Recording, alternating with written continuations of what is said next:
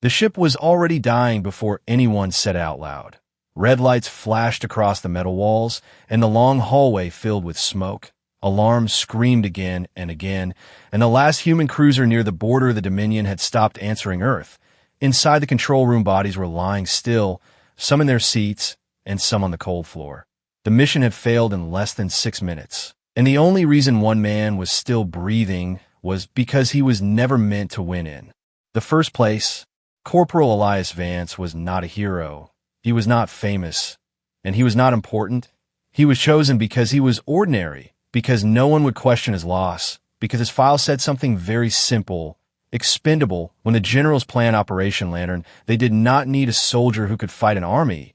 They needed someone who could survive long enough to be captured, someone who could act scared but not break, someone who could carry a tracker under his skin and lead them straight to the heart of the alien hive. Elias knew the truth before he stepped on the ship. They told him it was for humanity. They told him billions of lives depended on finding the alien queen. They told him history would remember his sacrifice, but history never remembers bait, and deep down he understood that once he was taken there would be no rescue, just silence. The explosion came from the lower deck and threw him against the wall. The metal cracked like thin ice. Alien boarding claws pierced through the hull and tore it open like paper. Tall shadows moved in the smoke, their shapes not fully clear. Too many limbs, too many glowing eyes. Soldiers fired, but the energy rounds barely slowed them down. Elias watched his captain fall without a sound, and then something heavy struck his helmet and the world turned black. When he woke up, he was not dead. That was the first surprise. The second surprise was that he was not in pain. He was lying on a smooth, dark surface that felt warm. The air smelled strange, not like metal or fuel, but like rain and stone. He opened his eyes slowly and saw walls that were not walls at all. They pulsed gently, as if they were breathing. Soft blue light moved under the surface like veins. He tried to move, but something wrapped around his wrists. Not tight enough to hurt, just enough to stop him. He waited for torture, for claws, for teeth, for the end. Instead, he heard a sound inside his head, not loud, not angry, just calm. You are awake. Elias froze. He looked around but saw no mouth moving. The creatures in the room stepped back. Tall figures with silver skin and dark armor grown from their bodies. Their eyes watched him, but none of them attacked. The voice came again, steady and clear. You were sent to find me. His heart started beating faster. The tracker under his skin should have been sending a signal to Earth right now. Unless it was damaged, unless the Dominion had already removed it, unless the entire plan had failed. He tried to speak, but his throat felt dry. I'm just a soldier, he whispered. The air in front of him shimmered, and slowly a larger shape moved closer. She was taller than the others, her armor more complex, her presence heavier. The other aliens lowered their heads as she approached. Her eyes were bright like stars behind glass. And when she looked at him, he felt something strange. Not fear, not exactly, but weight, like gravity pulling him toward her. You're not just a soldier, the voice said gently. You're bait. His blood ran cold. The word echoed in his mind. She knew. Somehow she knew everything. He thought about Earth, about the generals watching empty screens, about the signal that should have guided them here. But there was no signal now, just silence. The queen moved closer and lifted one long hand.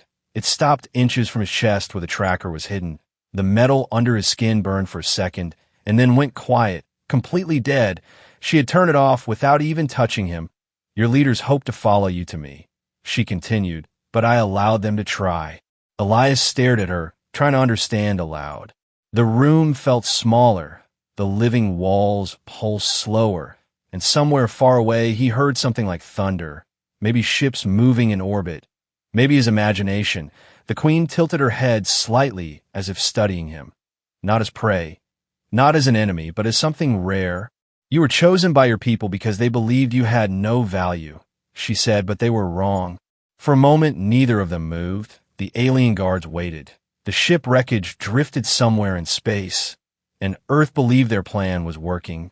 If you want to see what happens next and how one human bait changes the fate of 2 species, gently subscribe to this channel and stay with the story, because this is only the beginning. The queen's eyes glowed brighter as she stepped even closer. her voice softer now. "I did not keep you alive to break you, Elias Vance," she said. "I kept you alive because I have other plans for you." And in that moment, he understood something terrifying. He was never meant to escape, but he was also never meant to die. Elias did not answer her at once, because he did not know how to answer a creature who could enter his mind as easily as breathing. The living chamber around him pulsed with a slow rhythm, like a giant heart buried deep inside the planet, and the restraints around his wrists loosened without anyone touching them. The alien guards stepped back but did not lower their weapons, if those curved blades could even be called weapons. Everything about them looked grown rather than built, as if the hive itself had shaped them for war. The queen turned and began to move away, not looking back, yet he felt the silent command clearly: follow. He hesitated only for a second before standing up. His legs were weak but steady. The floor beneath his boots was not metal or stone, but something smoother, slightly warm, reacting to his weight. Faint blue light flowed under the surface with each step he took, like veins responding to a pulse. The air felt thicker here, alive in a way he could not explain, and yet it was not suffocating. It was controlled, balanced, designed. The guards surrounded him, but kept their distance, watching him not with hate, but with careful curiosity, as if he were a rare animal taken from a distant world. The corridor ahead opened like a tunnel carved from flesh and crystal combined. Tall archways curved overhead. Glowing threads ran along the ceiling. And far above, he could see shapes moving, ships perhaps, grown directly from the hive structure. He had studied Dominion technology during training, but nothing prepared him for this. Human ships were loud, mechanical, full of wires and fuel lines. This place was silent, breathing, unified. There were no screens, no keyboards, no visible machines. And yet everything worked, everything functioned with perfect precision. "Why am I alive?" he finally asked, forcing the words out. His voice sounded small in the vast corridor. The queen did not turn around, but her voice flowed into his mind with calm strength. "Because you are different from the others." He almost laughed at that. He was not special. He was chosen because he was forgettable, because he had no powerful family, no political protection, just a soldier from a mining colony who followed orders. "You don't know me," he replied quietly. "I know more than you believe," she said, and suddenly the walls around him shimmered, images forming in the glowing surface. He saw his ship being boarded. He saw himself unconscious on the floor. He saw the tracker under his skin emitting a faint signal before it was silenced. She had been watching from the very beginning, observing, calculating, not reacting in panic, but in patience. "They sent you to measure my defenses," she continued, "to map my hive, to locate my core. They expected you to suffer, to resist, to transmit until you died." The images changed again, this time showing something that made his chest tighten. Human fleets preparing for war, massive cruisers charging weapons, commanders speaking in serious tones. Earth was already mobilizing. They believed they were close to victory. They believed their trap was working. "Your leaders do not understand what they are about to destroy," the queen said, her tone still calm, but now carrying a deeper weight. "This hive is not only soldiers. It holds children, thinkers, builders, those who have never seen battle." Elias felt a cold line of doubt creep into his thoughts. Children, he had never considered that possibility. In every report, the Dominion were described as a single war machine, a united force with one goal: expansion, extermination. But as they walked deeper into the hive, he saw smaller figures moving in distant chambers, not armored, not armed, simply working, learning, existing. "You show me this to manipulate me," he said carefully. "Of course," she answered without hesitation. "Every leader uses truth to guide choices." That honesty unsettled him more than any lie could have. She was not pretending to be kind. She was not begging for peace. She was presenting information like a strategist placing pieces on a board. They entered a vast, open chamber that took his breath away. The ceiling rose high above like a cathedral made of light. At the center stood a towering structure, a living column that pulsed with energy brighter than anything he had seen. Lines of power flowed outward from it into the walls, into the corridors, into everything. This is the heart of the hive, the queen said. Elias stared at it, realizing how close Earth believed it was to destroying this place. One strike here would collapse the entire system, billions of alien lives gone in seconds. Why show me this? He asked again, this time with less anger and more confusion. Because you were not chosen only by your people, she replied softly. I influenced the selection. He felt the ground shift slightly beneath him. What do you mean? Your military leaders believe they selected a weak link, someone isolated, someone who would not be missed, she said, but your psychological profile showed something else. You question authority, you analyze before you act, you hesitate before killing. I needed someone who could see beyond orders. The realization hit him slowly and heavily. She had guided the process somehow, nudged events, allowed certain data to reach certain commanders, shaped the decision from the shadows. He had not simply been sacrificed by Earth. He had been chosen by the enemy as well. You planned this, he whispered. Yes.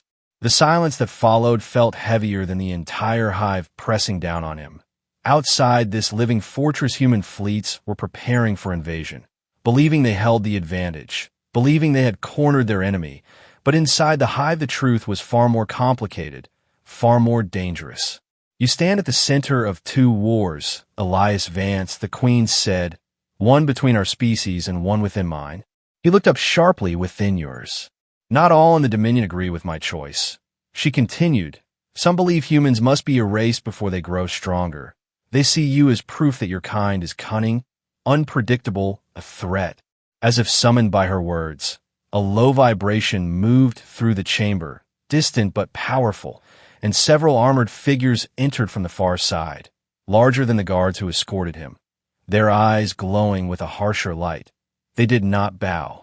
The queen did not turn to face them, but Elias felt tension rise in the air like a coming storm. The war inside this hive has already begun, she said quietly, and you, human, are no longer bait. You are the spark. The armored figures did not kneel before the queen, and that alone told Elias more than any explanation could. Their presence was heavier, their movements sharper, their eyes burned with a cold light that felt different from the calm glow of the others. One of them stepped forward, taller than the rest, his armor darker and layered with jagged edges like a crown of blades. When he looked at Elias, there was no curiosity there, only calculation. He should not be here. The general's voice echoed directly into Elias's mind. But unlike the queen's calm tone, this one felt like metal scraping against stone. Humans bring destruction. The queen remained still, her posture straight, her presence steady.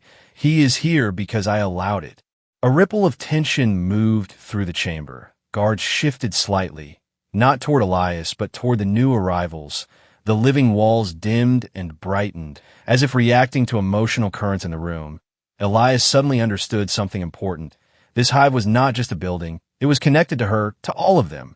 It felt their conflict. Your decision weakens us, the general said, turning slightly toward the queen, but not lowering his head. Earth prepares fleets even now. Our scouts report weapon signatures beyond anything seen before. They come to erase us. Elias felt his pulse quicken. That matched what he had seen earlier. Earth was not planning negotiation. They were planning annihilation. And yet you argue among yourselves while they move closer, the queen replied, her voice never rising yet somehow filling the entire chamber. This is the real war, not the one in orbit, but the one in our understanding. The general's eyes flashed brighter. There is no misunderstanding. Humans expand, they consume, they turn worlds into ash and call it progress. We have seen their history. Elias clenched his jaw but stayed silent. Because part of that was true. Humanity had burned forests, poisoned oceans, fought endless wars among themselves before reaching the stars. But they had also built cities, created art, formed alliances, and learned from mistakes. History was not simple. The queen finally turned to face the general, her height matching his, but her presence far more controlled. Strength is not shown by destroying what we fear, she said. It is shown by controlling it.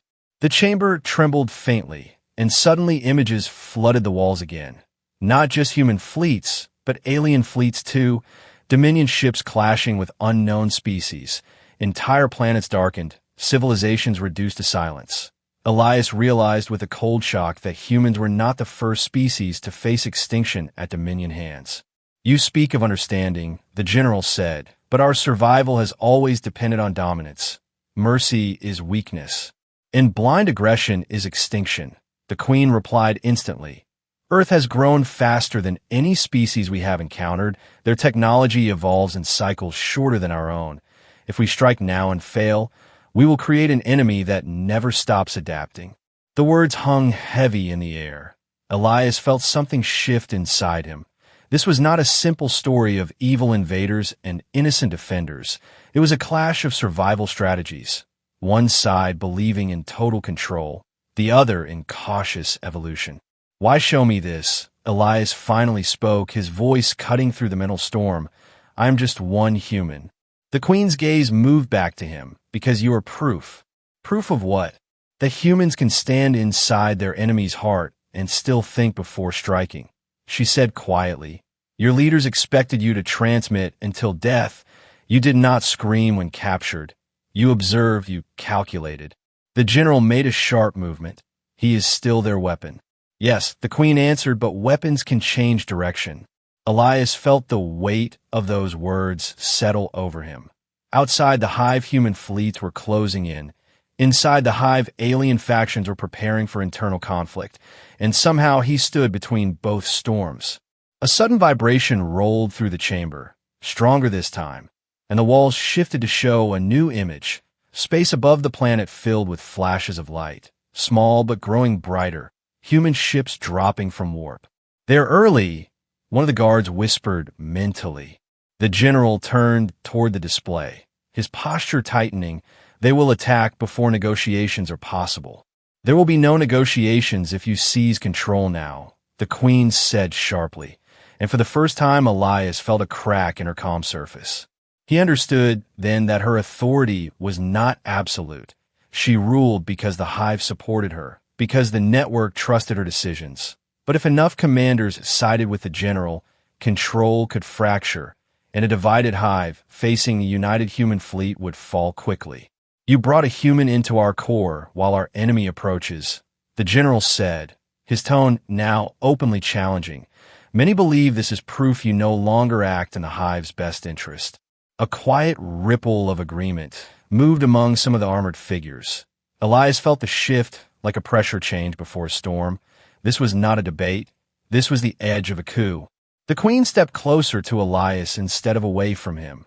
"A deliberate act. If I wished to destroy humanity, I would not need deception," she said. "Our fleets outnumber theirs in this sector.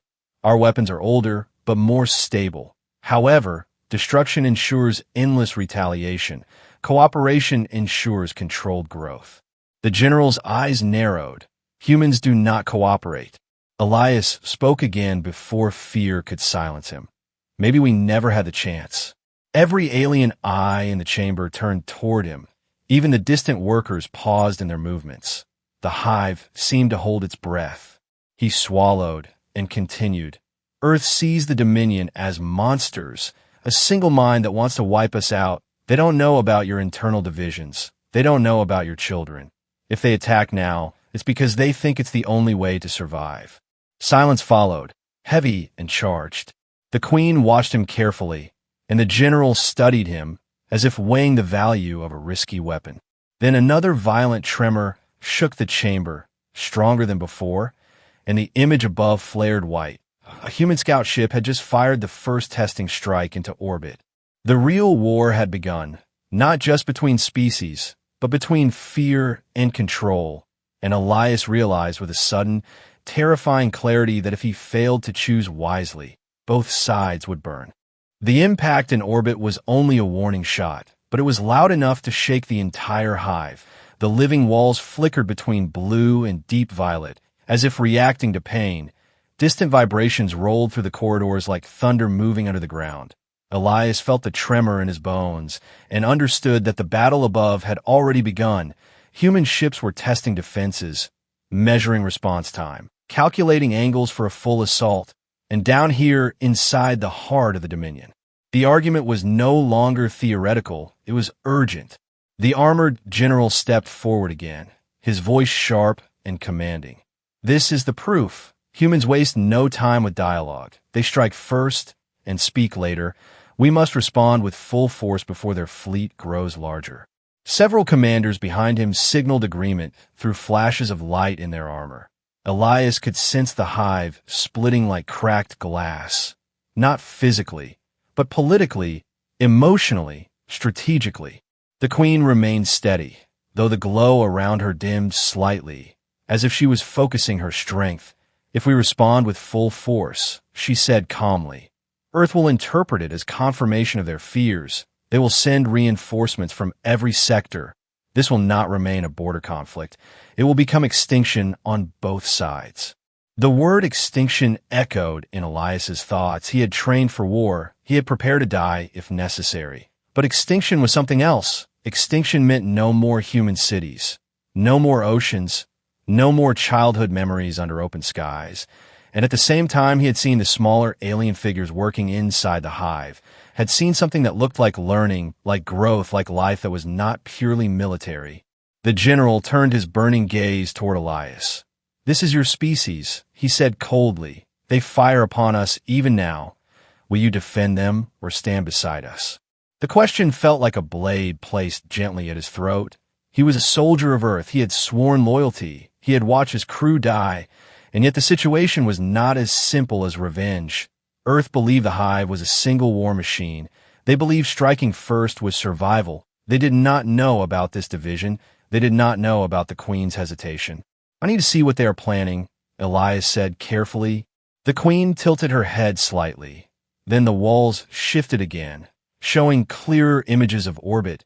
Human cruisers formed a defensive ring, while smaller attack ships scanned for weaknesses. They had not yet launched heavy weapons. They were waiting for confirmation of target coordinates, waiting for his signal that would never come. They think I am still transmitting, he murmured. Yes, the queen answered. They expect your tracker to lead them to my core. Elias touched his chest unconsciously, feeling only smooth fabric where the device had once been active, and a terrible realization formed his mind. They will fire soon, even without confirmation, because silence can mean death. Another vibration shook the chamber, brighter flashes now visible in orbit. One Dominion defense craft exploded under concentrated human fire, fragments drifting like burning snow across the darkness of space. The general's voice grew harsher. Every moment you hesitate costs us lives, and every moment you rush forward costs us the future. The queen replied sharply, this is not about winning a battle. It is about shaping what comes after. She turned fully toward Elias now, her eyes locking onto his with intensity that felt almost physical. You stand between two paths, she said. If you signal Earth to retreat, you may save this hive, but your leaders may brand you a traitor. If you stay silent, Earth will attack harder, forcing us to respond with full strength, and billions will die in the crossfire. The chamber fell into a heavy silence. Even the general did not interrupt this time. Because the truth was clear, the choice was not purely alien or human. It was his. Elias's thoughts raced.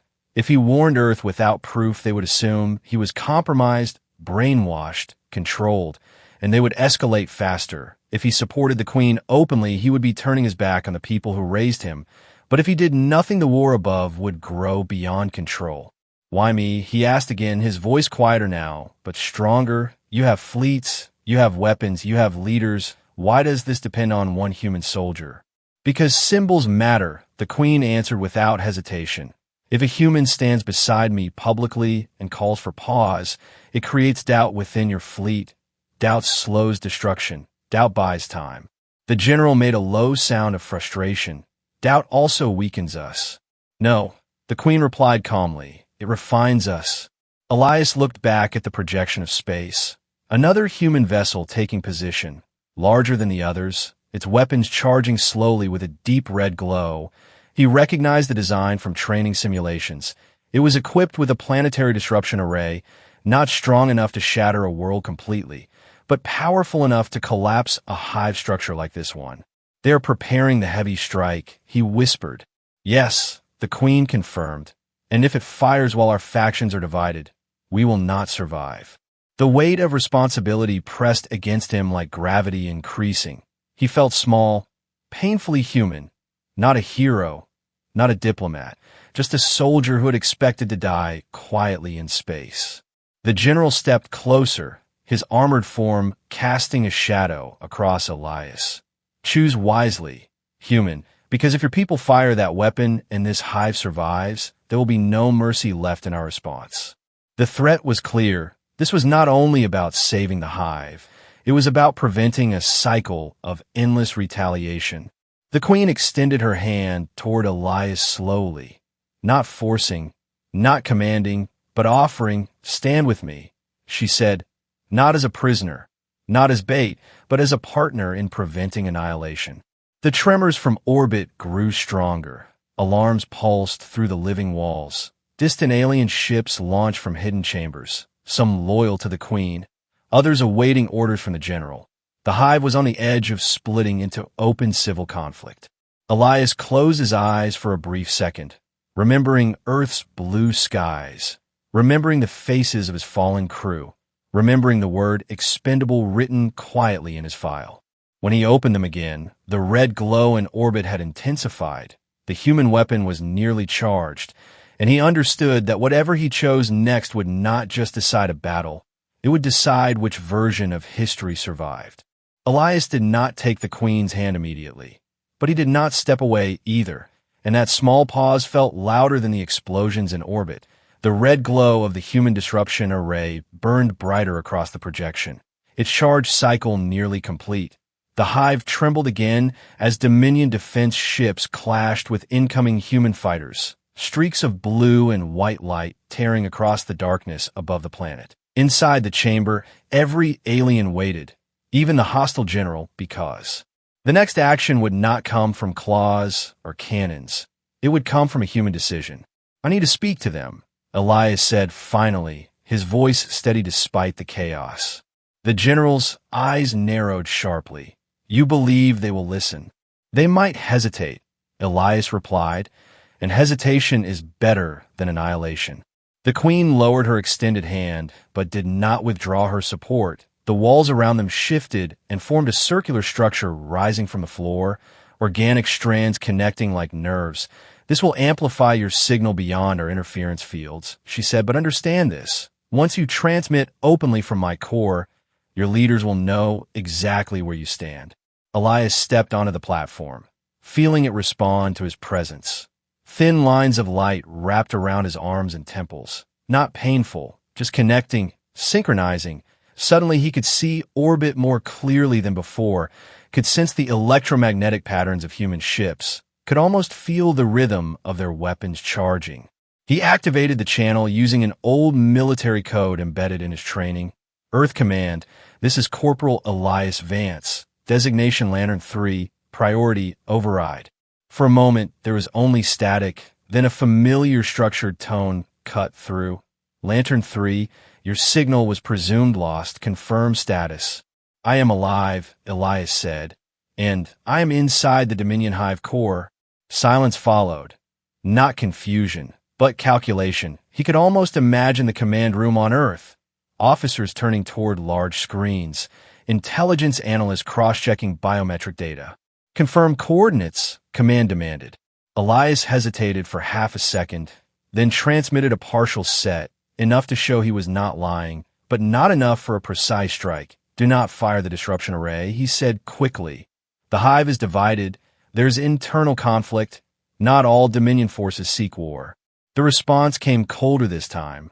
"Lantern 3, your psychological evaluation indicates high resilience, but moderate susceptibility to isolation stress. Have you been subjected to neural interference?" The words hit him harder than he expected.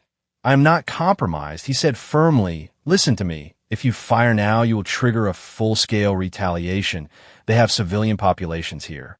There was a pause long enough to feel deliberate. Then another voice entered the channel, deeper, authoritative, Admiral Kessler himself. "Corporal, your mission parameters were clear. You were to transmit location data. Until termination, deviation suggests external influence." Elias felt heat rise in his chest. With respect, sir, the situation is more complex than projected. The Dominion are not unified. There is an opportunity for controlled engagement rather than extermination. Controlled engagement, the Admiral repeated slowly. Corporal, 3 of our border colonies were erased in the last decade. Millions dead. This operation was authorized to prevent further loss. I understand that, Elias said, but wiping out this hive will not end the threat. It will multiply it. The channel went quiet again, but this silence felt different, heavier, more final. Then the Admiral spoke in a tone that carried the weight of irreversible orders. Lantern 3, you were chosen because you were statistically expendable, not because you were a diplomat. Your current transmission confirms enemy proximity to the hive core. Disruption array will fire as scheduled. The words landed like a physical blow. Expendable, spoken not with cruelty, but with cold logic. Elias realized then that his survival had never been part of Earth's long-term strategy. Even if he had completed the mission perfectly, even if he had transmitted every coordinate, the weapon would still have fired with him inside the blast radius. You're sacrificing me, he said quietly. Negative, the Admiral replied. You were sacrificed before launch. The channel abruptly shifted to encrypted combat frequencies. Cutting him off, the platform's light dimmed slightly as the connection ended. The Queen watched him carefully, though she had heard every word through the link. They have made their choice, she said softly. No, Elias replied, his voice shaking slightly, but not from fear, from realization. They made it long ago. In orbit, the disruption array reached full charge, a sphere of deep crimson energy forming at the center of the largest human cruiser. Dominion ships attempted to break through, but were pushed back by concentrated fire. The hostile general stepped closer, his voice now colder than before. Your leaders value victory over your life. Elias looked at the projection of the weapon aimed directly at the hive core, at the place where he stood, and something inside him shifted permanently. He had believed loyalty meant trust, that sacrifice meant mutual commitment. But what he had just heard was not strategy alone, it was dismissal. They think I am compromised, he said slowly, which means they will not wait for confirmation anymore. The Queen's gaze sharpened. Then we must act before the weapon discharges. A sharp pulse of light flashed across the projection. The final firing sequence initiated, countdown indicators flickering beside the human cruiser. Inside the hive, tension exploded. Several armored commanders moved behind the hostile general, clearly aligning with him now. This is your proof, the general declared to the chamber. Humans cannot be reasoned with. We must take control and respond with total force. The living walls flickered violently, the hive network reacting to the surge of divided intent. Civil war was no longer a possibility. It was seconds away from ignition.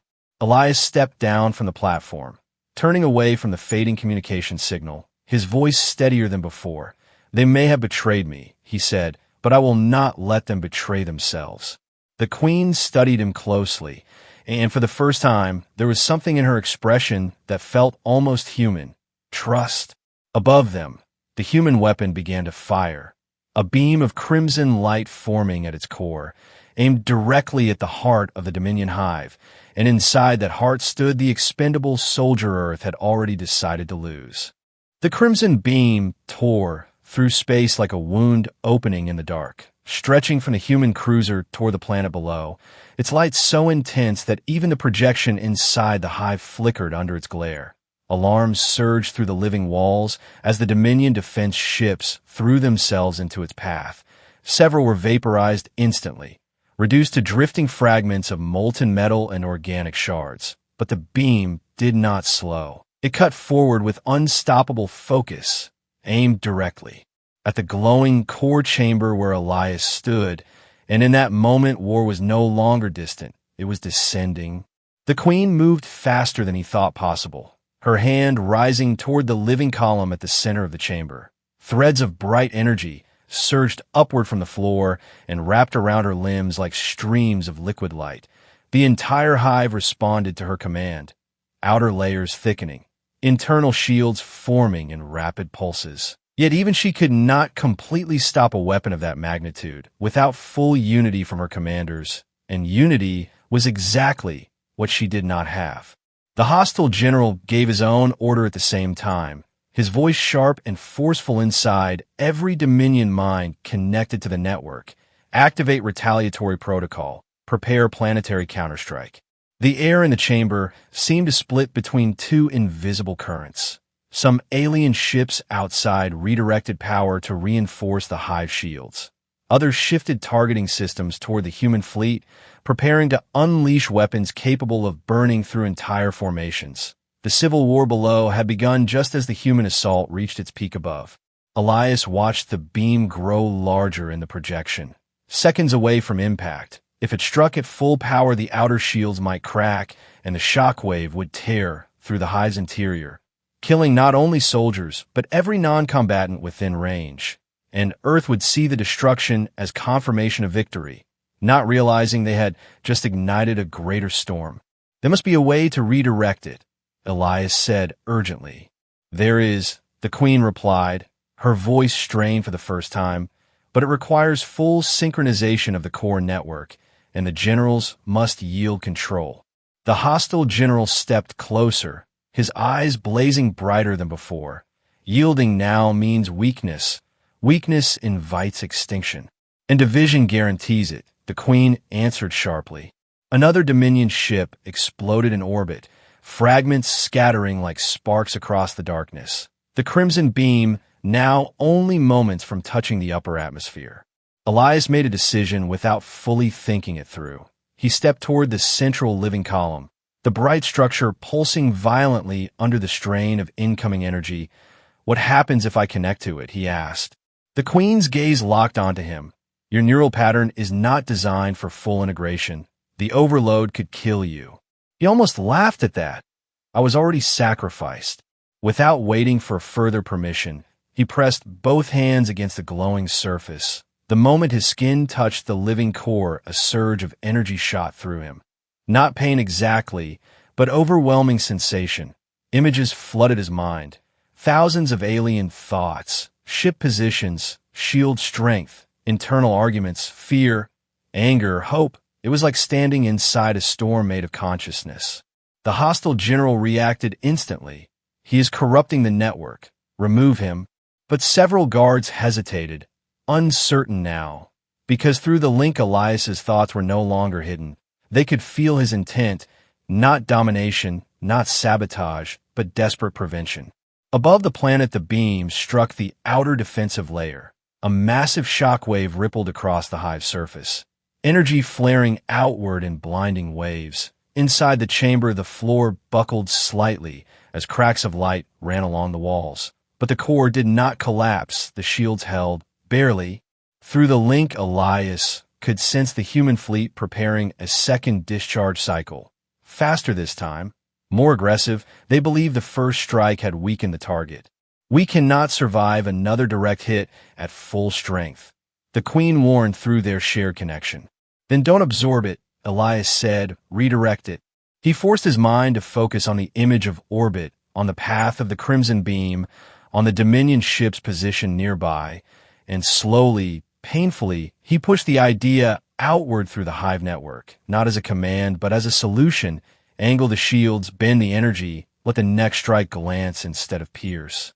The Queen felt the concept instantly and amplified it, broadcasting the adjustment across loyal factions. Several commanders aligned with her recalibrated their fleets in perfect formation, forming a curved barrier rather than a flat wall. The hostile general hesitated, calculating the risk, but when the human fleet began charging the second shot, he made a reluctant choice. He ordered his ships to contribute power to the same defensive arc, not out of agreement, but out of survival instinct. The second beam fired, brighter and more concentrated than the first.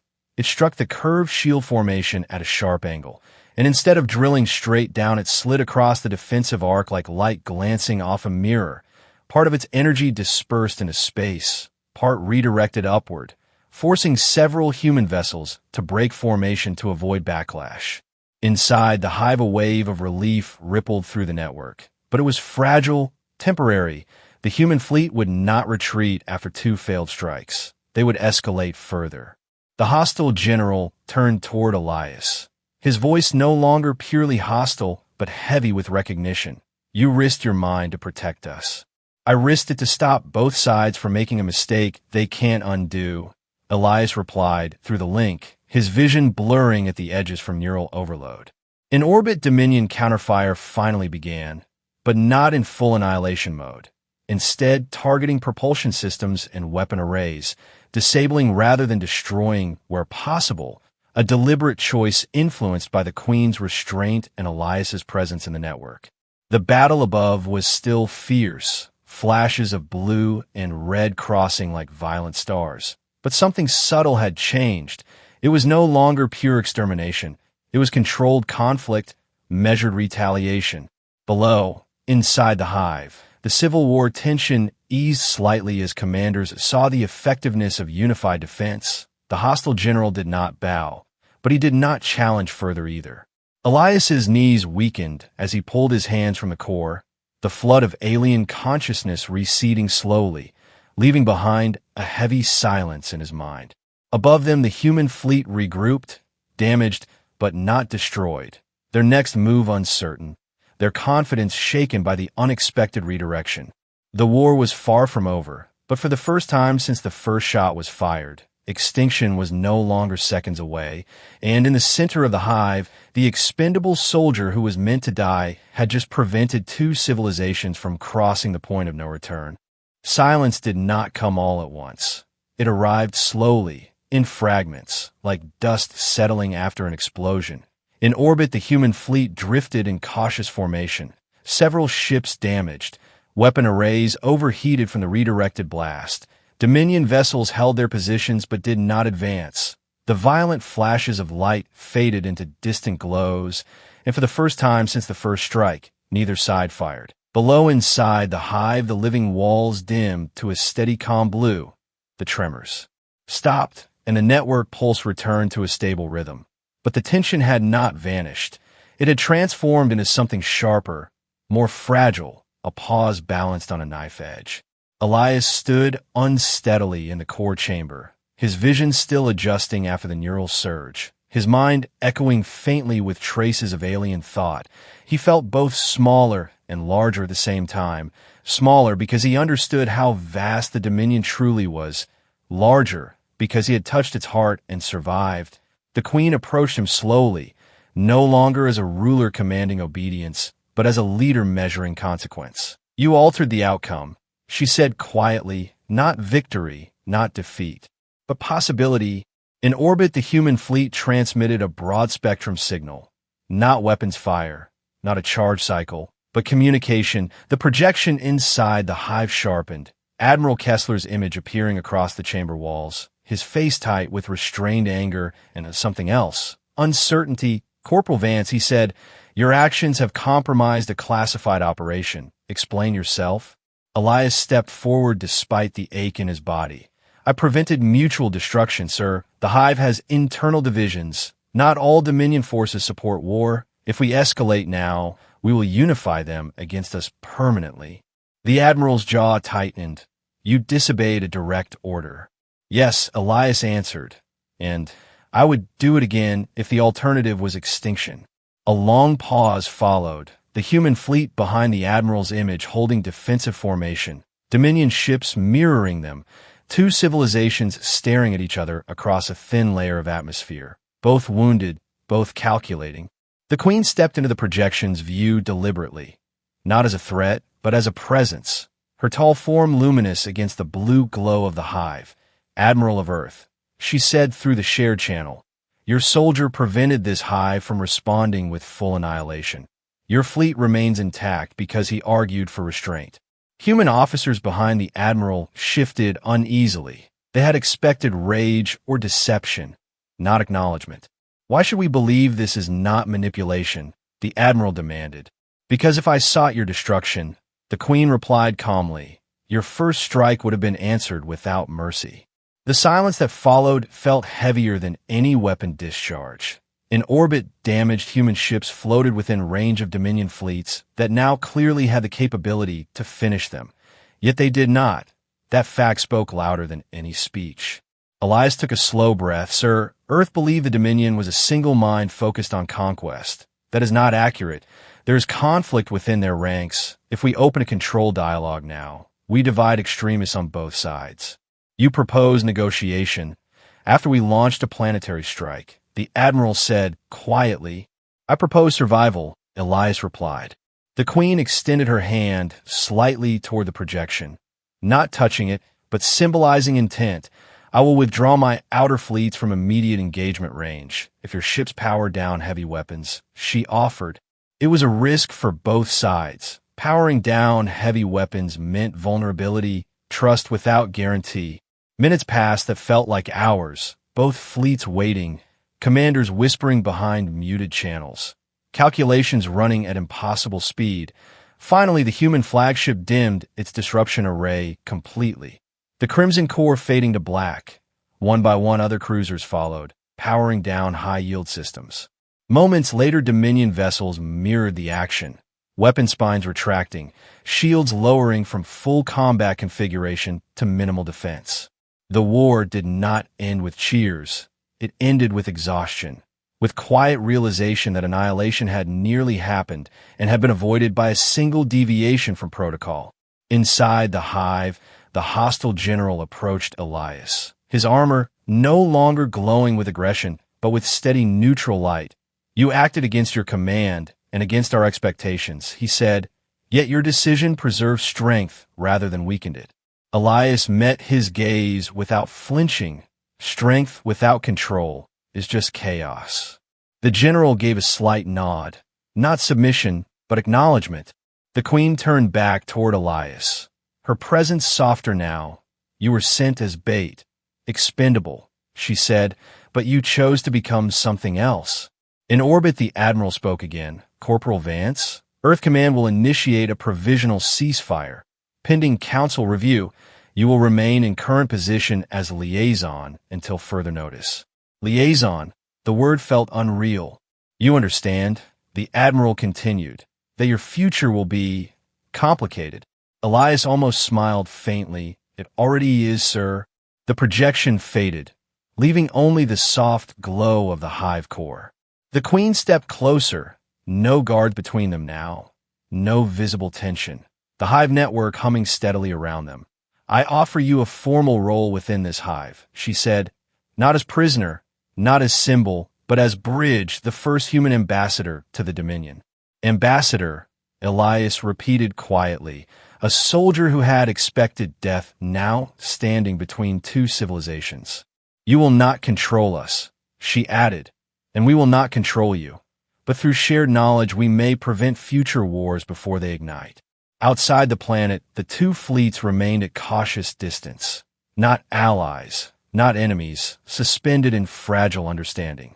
Elias looked at the living walls, at the alien city that had almost been destroyed, then imagined Earth's blue oceans far away.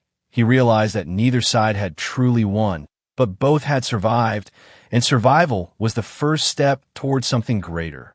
I accept, he said finally, not because I trust everything, but because I refuse to let fear decide again. The hive pulsed brighter for a moment, as if acknowledging the choice. Far above, human and Dominion ships held their silent positions in the dark, no longer aiming to erase one another, but watching, waiting, uncertain yet unwilling to fire first again. The expendable soldier had not ended a war with a final battle. He had reshaped it with a single refusal to obey destruction. In the quiet that followed, a new chapter began, not built on dominance, not built on revenge, but on the dangerous, difficult decision to understand.